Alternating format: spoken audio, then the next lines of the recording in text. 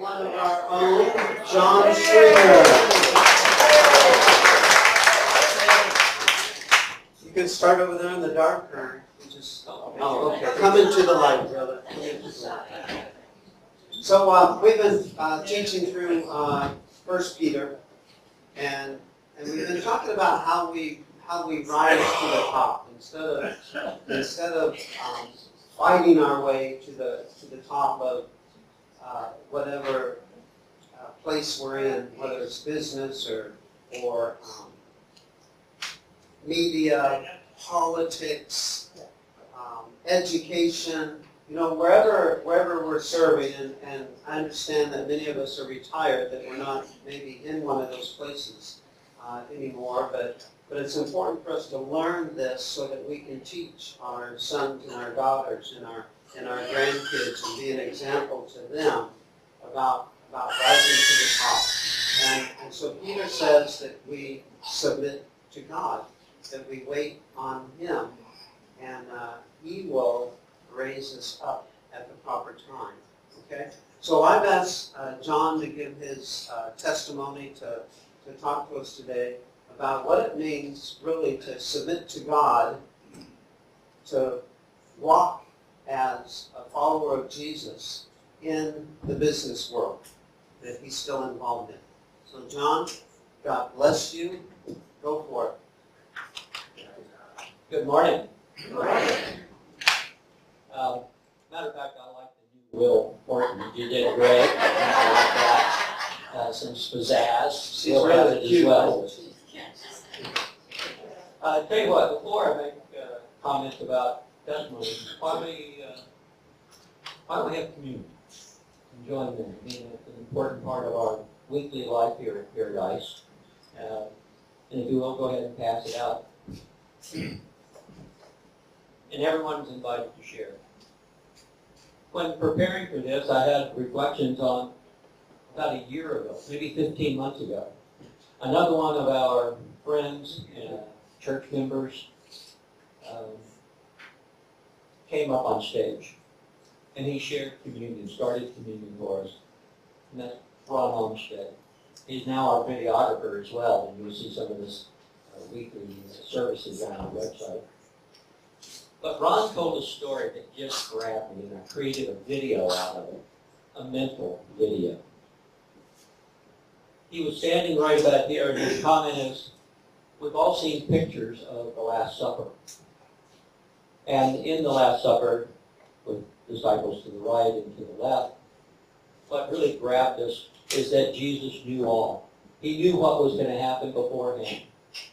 But the story that Ron created, the pictogram, was that suppose you were sitting on the opposite side of the table directly across from Jesus, and he reached across and touched you. Wow. Ever since then, I've created videograms for myself about the messages that Rick shared with us. For me, I'll tell you that it was knowing that Jesus knew what was going to happen, and he endured all. He took the ridicule. He took the stoning, the flogging, the wreath, the thorns, carrying the cross, stumbling, bleeding.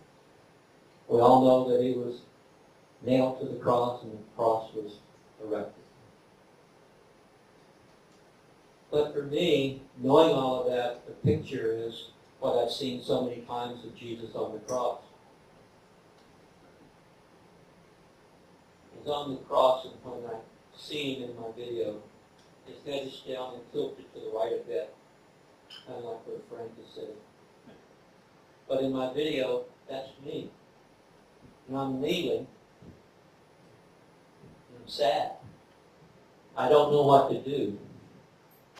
And I can't look at Jesus in the eye because I had to stop this. It was wrong. Fast forward a bit.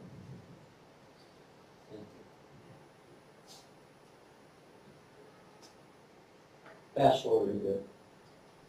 I then can look at him in the eye, and I understood. It wasn't about me and saving him. It about Jesus dying and then being born again for us. I wasn't supposed to try to save him. God created his Son and gave him to us and allowed him to die for us to be born again. That video just plays my mind all the time, almost every Sunday morning. That was God's plan. One of the good things about Paradise Church is most of us are kind of in the same age group. And you might remember back in the 70s, a songwriter, singer by the name of Van Morrison wrote a song. One of the songs that I have in mind is, "Have I told you lately that I love you?" Huh? You remember? It became an Irish ballad, actually, heard.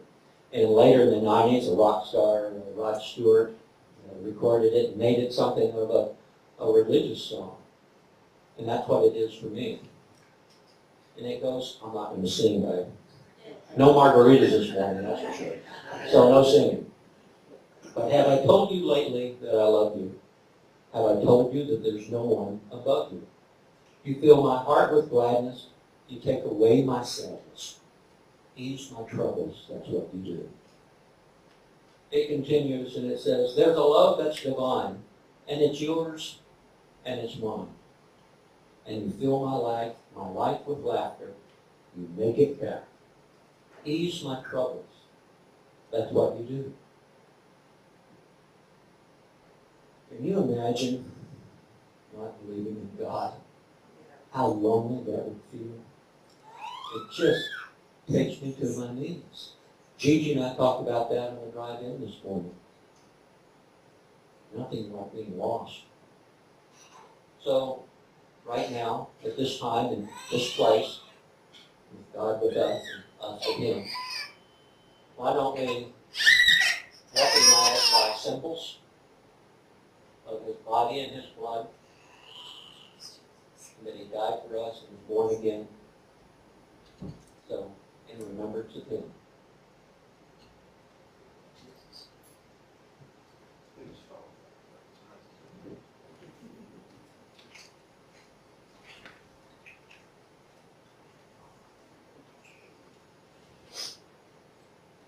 Well, I am glad to be asked to talk today. So thank you, Rick. I do find it to be an honor. I was troubled, though, when asked, because once again, Rick said, John, I need a favor. And my answer is, okay, I'll do it. He says, you want to know what it is this time? He said something like, many are asked and few are chosen. That didn't make me feel any more relaxed. But if I go back to about 5 weeks ago, in the initial message that Rick shared with us, it had to do that as Christians we all have a role to play in telling our story and living our life.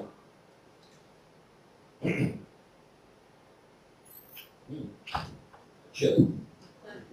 But what allows me to come before you is that I'm so unqualified, but most of us are. But that doesn't change our direction and what we've been told to do. But since he asked, I was flattered, because the last time I was asked, Rick, was 51 years ago. In my church in Houston, my community church, every year it was custom to have a teenager give the sermon. My sister, who's 6 years older, she gave the sermon. My brother, who's 4 years older, gave the sermon, and it was coming my way.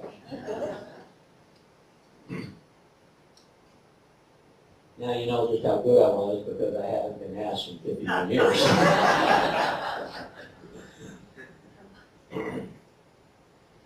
At 18 years old, you're kind of lost. You're scratching your head. What do I do? What do I think? How do I feel? I'm just living.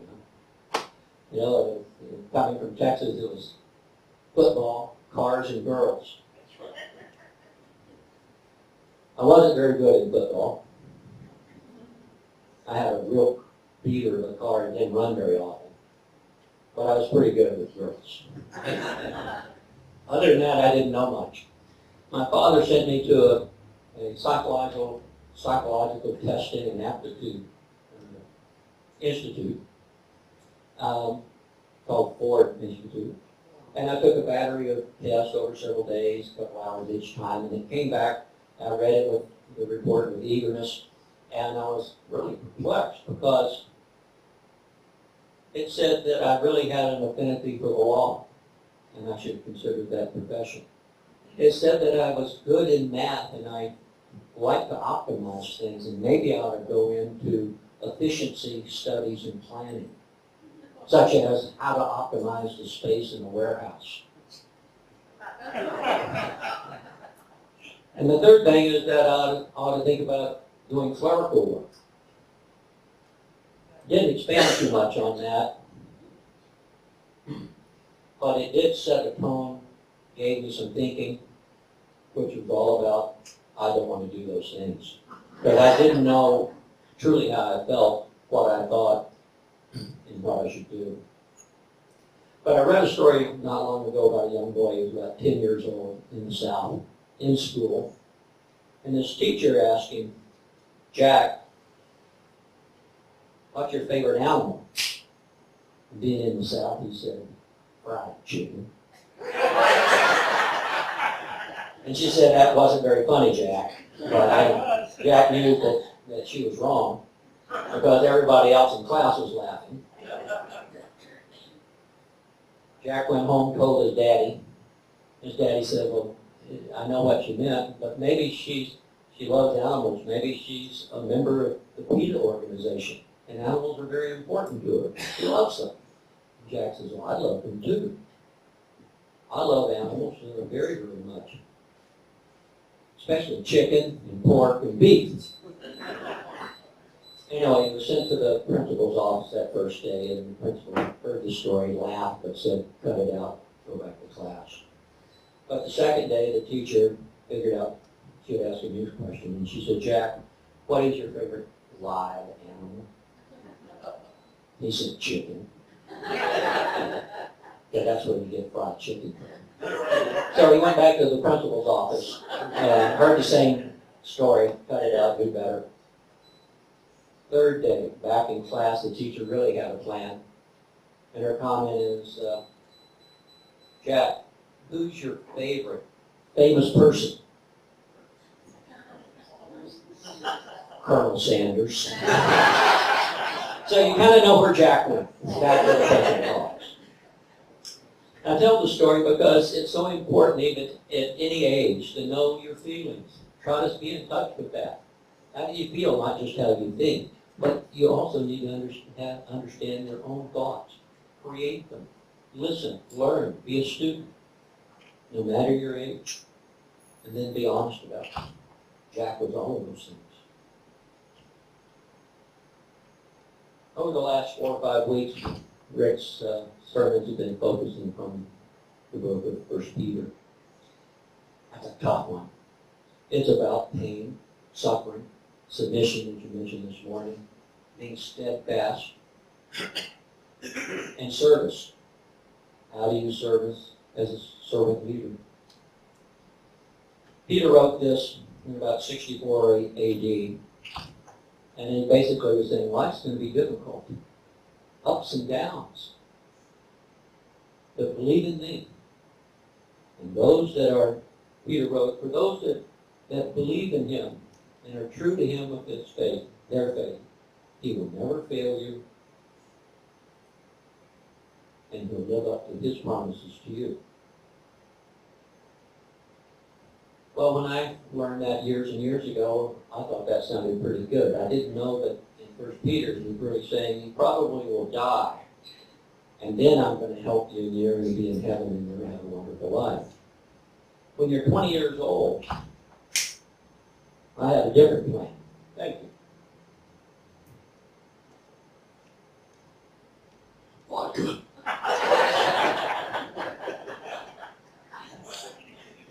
Back to being 20. I wanted life to be easier. God gave us several gifts, and one of them he gave me was free will. I decided to focus on that. So I went about my business. I was hired into a Fortune 50 company, was there 12 years, decided I wanted to be rich and famous, jumped out, bought into my first company. I didn't get to be rich or famous. It was character building. Loosely translated means I went broke. I wasn't comfortable with just that free will. When you were talking last week in particular, Rick, the things you read in 1 Peter kind of make you squirm. Yeah. You might remember the one that there's two halves of this story, and the halves are here in this room. One half of you might like it, and the other half like the second part. Such as women are to be submissive to their husbands. Love that, I'm sure. But it goes on in other areas of 1 Peter, and it says, obey every law of your government, your kings, your officers, your masters. Just think how difficult that was 2,000 years ago. The Jewish leaders had their rules, had people at the top, and they felt threatened when they heard about this fellow Jesus. The Romans focused on control, and they had their emperors, who they said were God. And then here's this upstart, talking word, saying things that people hadn't heard before. If you followed, if you believed in Jesus and what he was teaching, it could be death.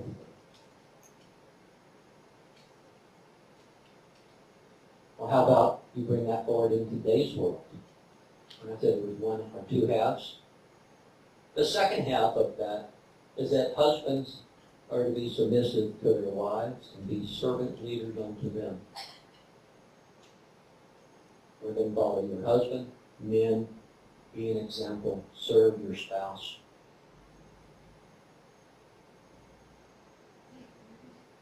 Yes, all the men, you have to hear that. Because that's where it is. And hopefully now, 2,000 years later, we finally get it.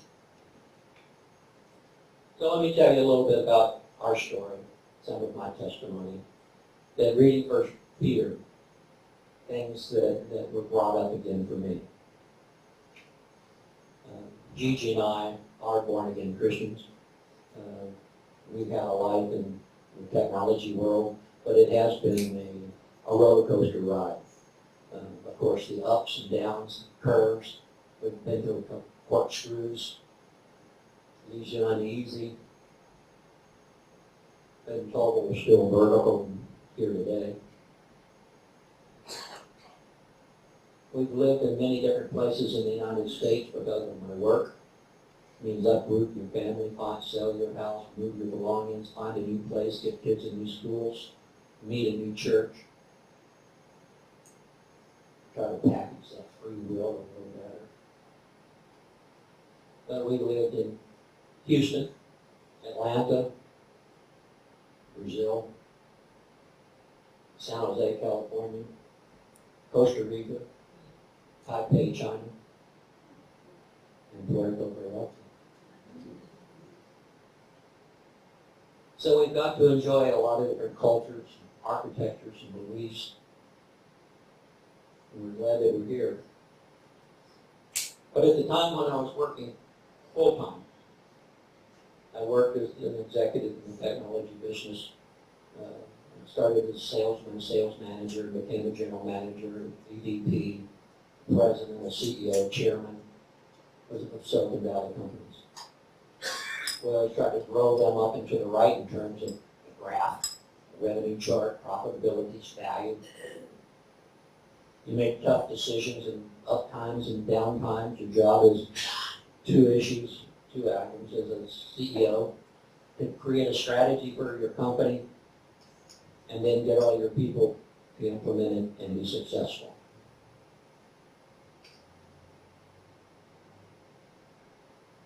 What I learned was really painful. Because when you're having some success, even though the times are hard, it's not easy running these companies, I'll tell you. You make plenty of mistakes, you see a lot of people eye to eye. tough decision that affect so many people. For every employee, I always felt you had at least 2.3 others that you were responsible for, called families. And so if you have a reduction in force, how do you do it?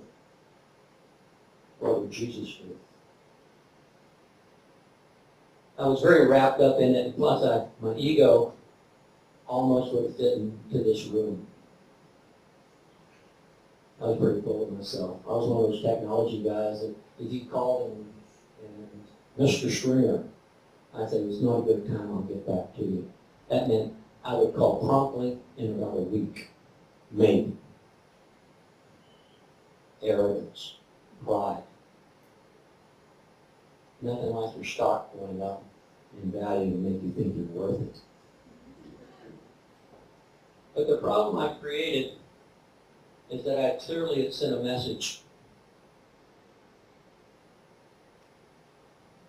to my family that they were number 2 in my life. That was a tough one. It was tough because Gigi said, "You're not normal." Because you see, for I don't know, over 10 years, I had a mistress. Pretty tough. That's nothing like that sends a message to your family, your wives, your children, your friends. And the reason I wasn't normal is because my mistress was a company. And Gigi would have competed with any woman alive and done battle. And she did. She virtually grabbed me by my tie back when you used to wear coats and ties. And she said something like, "Do you have any idea what your net worth is?" I said, "No." She said, "It's a little bit less than half what you think it is. You better shape up and get focused on your family."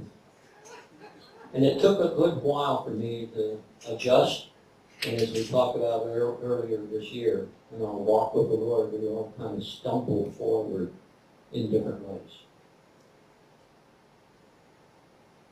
Thank you, Gigi. Now, almost 36 years later, we're still vertical, more committed to one another than ever, and we walk with the Lord. So I don't have too much to share with you about what I learned, but I can make some comments on my personal life. Men, when you're given a gift from God, should you do with it? My firm belief is that wives are gifts to man by God. Honor and respect. Being submissive to your wife is actually really easy. Being a servant leader, lead by example. Teach when you can. But I say teach, not preach. Create followership. As a CEO, and one time I had a couple thousand employees, remember some of those Disney Sunday night shows, the Disney, I can't remember what it's called, but they would have nature shows, and they showed one episode, and it was a bunch of lemon. Remember what lemon rodents like? In Alaska, the thaw occurs, and they go on the hunt for something to eat, but for some reason, one becomes the leader, and he heads actually to the Pacific, and thousands of them run over the cliff and die. Right? Somehow that head lemming created followership. Not very good. So being a leader is not the military. It's not the hierarchy. It's that of being a servant. And it's so pleasing when you can do that. So what would I do with a gift, especially from God? Respect it. Hold it up. Be proud, happy with that gift. And make sure it's taken care of forever. I started thinking about employees that way. When you're running a publicly owned, publicly traded stock company, You need to make every 3 months performance goals. You have to get shareholder value up. Make the numbers. You can only whip the slaves so much. But if you're the leader, which means people can choose to follow you, you have leverage. People give what they can. They go beyond the ordinary and do the extraordinary. And in life, our everyday life as a Christian, I think that's part of our responsibility.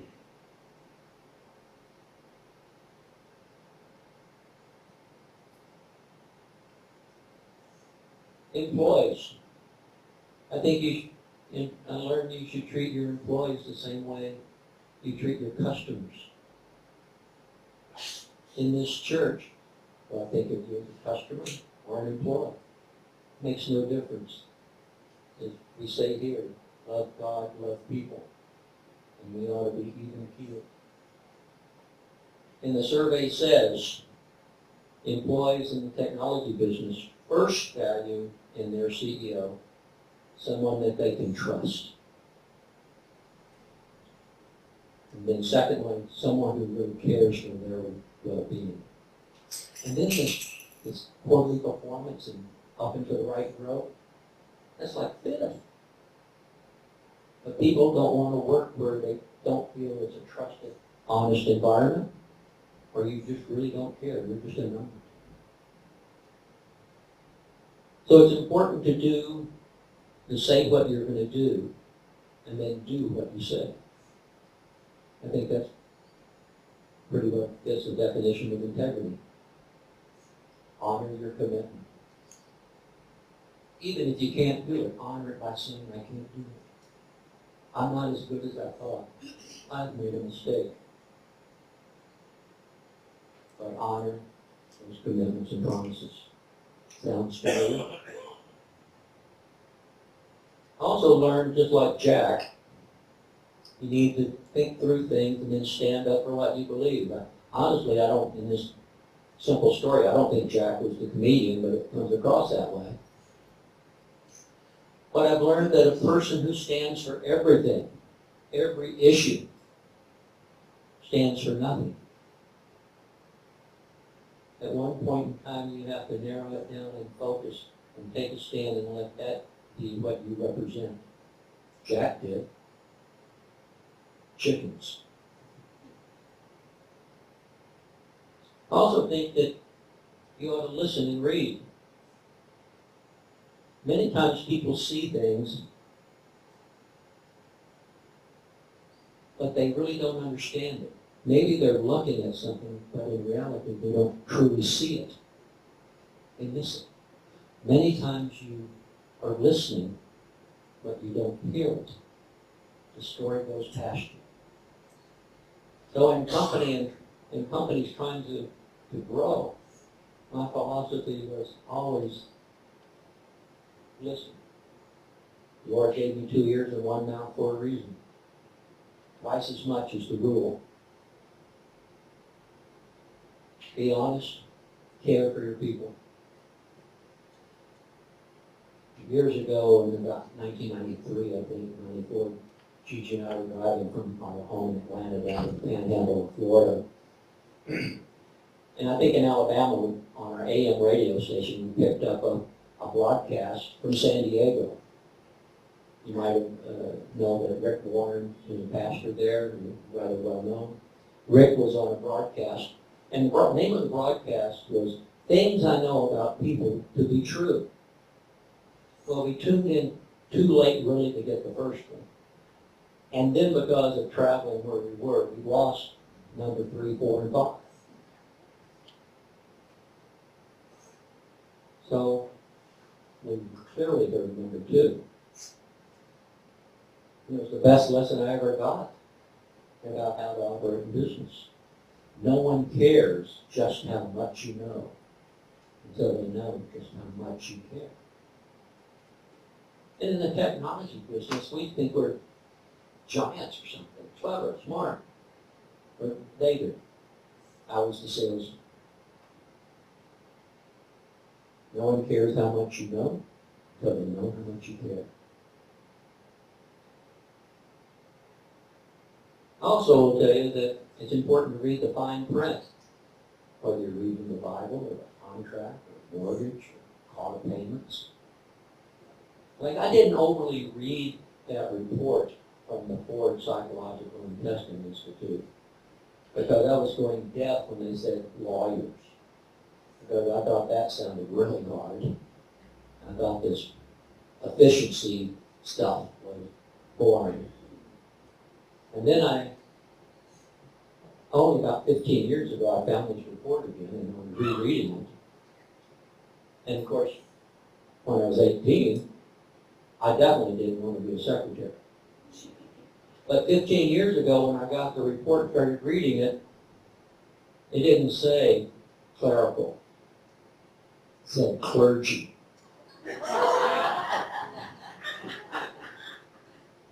Yeah, I'm still laughing. And so I know that if I wasn't a salesman, I would have been probably a teacher or perhaps a preacher. But these value statements and things I learned in business that just rule our life. I cannot think of being agnostic, atheist, alone. I realized that I've earned nothing. It was given to me. A friend back in 1992, Gigi and I were living in Atlanta and we were faced with working for a company headquartered in Brazil. I've been on the board of an executive with 2,500 employees, etc. And I was really distraught because headquarters were there, and in these technology businesses, you go eventually if you do good or do well. You go to headquarters. And I said, we're in Atlanta, but Brazil, are we supposed to be in someplace like that? And I called a friend of mine. He says, John, let me ask you a question. In 1987, 5 years ago, where did you live? I said, well, I'm in Atlanta. He said, John, 87, where did you live? I said, we lived in Saratoga, California. What color was your car? Red. How old was your youngest child? Did you remodel your house? Do you do the yard? Those kind of questions. I said, yes. And he says, are you mentally back in 1987? Yes. He said, so in 1987, did you think 5 years later you'd be talking to me about moving to Brazil? I said, no. He says, then what are you worried about? Because you have no control and no vote anyway. Christ. So that's probably one of the things that has been an underpinning. Is don't get wrapped around the axle. We already have a book. There's already a plan for us. It's a tough plan. First Peter told us that. By the way, read 2 Peter because it's all about having hope. Kind of in conclusion, I'll share one story that I've told it 4 or 5 times in the last 15 years, 10 years. And I don't even think I'll cry this time. But we were kind of at the top of the game. Our company had grown. Stock value was great. Money was coming over the transom of the boat faster than we knew what to do. We had a big house in the most expensive area of Silicon Valley. Fancy cars. Blah, blah, blah. But we were in the hills above Silicon Valley, and I used to walk up there quite a bit. And one day, I knew I was on the home stretch, maybe the last mile, but most of it was uphill. I'm panting pretty hard. I'm kind of thinking about oxygen would be good. And then all of a sudden, I sensed I was being followed. And, I mean, we lived in the hills. We have coyotes, deer, wild animals all over. And it wouldn't be unusual to have even a mountain lion. So I stopped and looked and I saw nothing. I went a little bit forward a little bit more, and I heard, and I will tell you, I turned and looked, and I saw Jesus.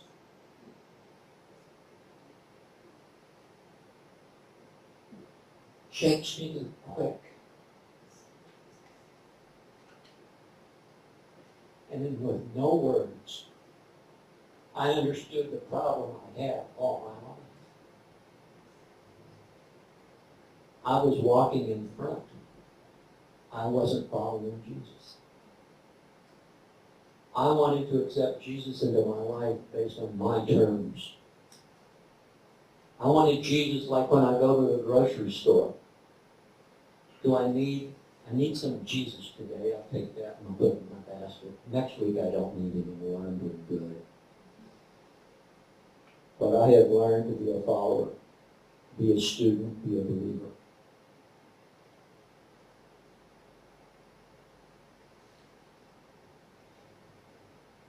So I told you lately that I love you. There's no one else above you.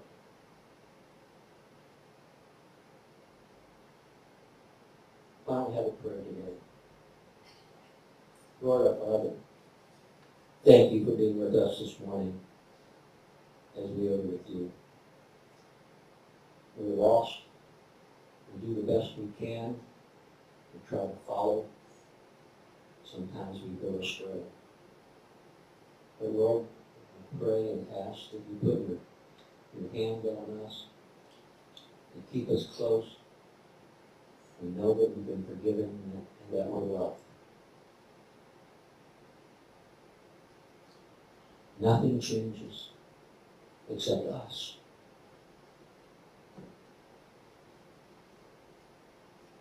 And I told you lately that we love you. In the name of Jesus, amen.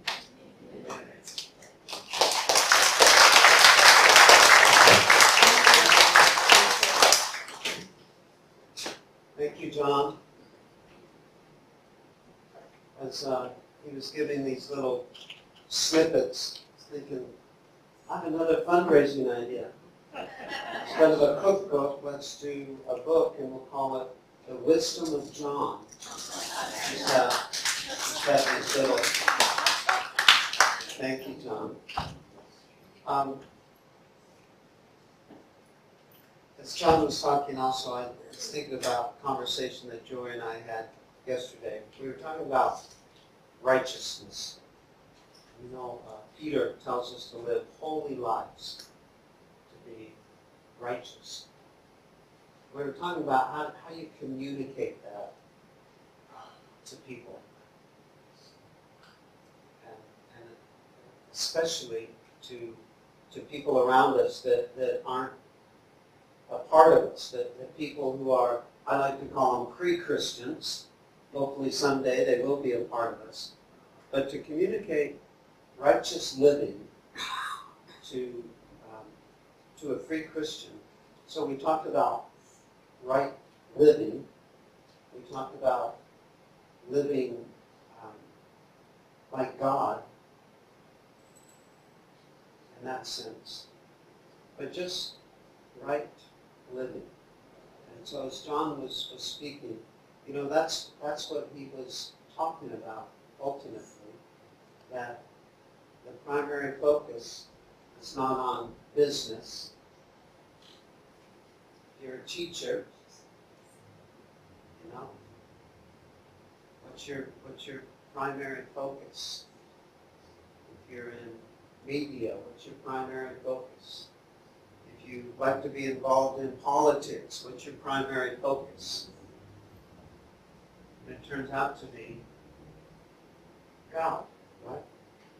And this is what the prophet Micah told us. With what shall I come before the Lord? Bow down before the exalted God. Shall I come before him with burnt offerings, with calves a year old? Will the Lord be pleased with 1,000 rams, 10,000 rivers of olive oil? Shall I offer my firstborn for my transgression, the fruit of my body for the sin of my soul? He has shown you, O man, what is good. What does the Lord require of us? to act justly, to love mercy, to walk humbly with your God. That is the message of Peter. To love justice, love mercy, to walk humbly with God, to love people, love God, period. Let's stand. Thanks again, John. We walk humbly with God. We love our fellow man. We fight for justice. We do it God's way.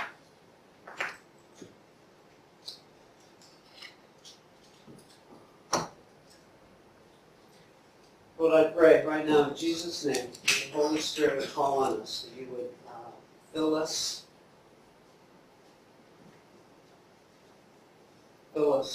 so that the fruit of your Spirit would just bubble out of us. Love, joy, peace, patience, kindness, goodness, gentleness, self-control. There just is no law against these things. For loving you and loving people, there are no rules. We will just live like you. I thank you, Lord. In Jesus' name, amen. God bless you. Michael's reminding me.